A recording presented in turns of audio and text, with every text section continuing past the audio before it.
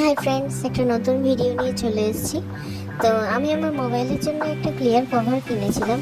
তো ক্লিয়ার কভারটা মনে হলো একটু নিজের মতন করে সাজিয়ে নিই, তাই জন্য একটা ছবি সিলেক্ট করে আমি একটা গ্লাস কালারের বর্ডার দিয়ে ওটাকে প্রথমে বর্ডার করে নিয়েছি। এবং নেওয়ার পরে সেটাকে আমি সারা রাত্রি শুকোতে দিয়ে দিয়েছিলাম। সারা রাত্রি শুকোনোর পরে পরের দিনকার আমি সেটাকে গ্লাস কালার দিয়ে যে ফুলগুলো এবং পাতাগুলো আমি পেন্টিং করছিলাম এবং সেগুলোকে আমি ফিল করে আবারও 24 ঘন্টার জন্য শুকানোর জন্য রেখে দিয়েছিলাম। এখানে ছোট ছোট ডিটেলিংগুলো আমি করেছিলাম, পাতা, ফুল এবং মানে ফেসের যে ঠোঁটের রংটা, সেটা সম্পূর্ণটা কমপ্লিট করে আমি ওটাকে আবার 24 ঘন্টার জন্য শুকানোর জন্য রেখে দিয়েছিলাম। আর শুকানোর পরে জিনিসটা হয়েছিল সেটা হচ্ছে যে এত সুন্দরভাবে শুকিয়েছিল রংটা যে আমার পরবর্তীকালে কালার করতেও কোনো অসুবিধা হয়নি। তো ফুলগুলো দেখতেই পাচ্ছ, প্রথমে একটা ফুল আমি ডাবল কালার করেছি, হাফটা পিঙ্ক করেছি, বাকি সাইডগুলো লাল করেছি। আর অন্য ফুলটাও আমি তাই করেছি, মাঝখানটা ইয়েলো করেছি, সাইডের দিকটা অরেঞ্জ করেছি।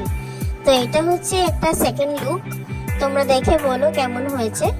পরের দিন এটা শুকোনোর পরে আমি এর উপরে যে বডিটা করেছিলাম সেটা আমি করেছিলাম অ্যাক্রিলিক পিচ কালার দিয়ে।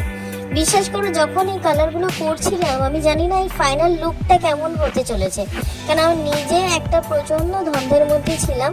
তো মনে হচ্ছিল যদি ঠিক না হয়, যদি দেখতে সুন্দর না হয়, করার পরে যদি রংটা ঘেটে যায় বা উঠে যায় কোনো কারণে, তখন জিনিসটা খুবই বাজে লাগবে।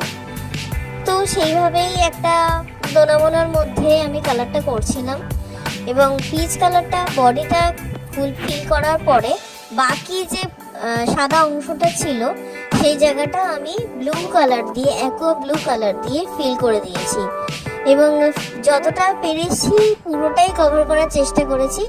আর ফুলগুলো যে আমি গ্লাস কালার করেছিলাম সেগুলোকেও ব্লু কালারের ব্যাকগ্রাউন্ড দেওয়ার চেষ্টা করেছি।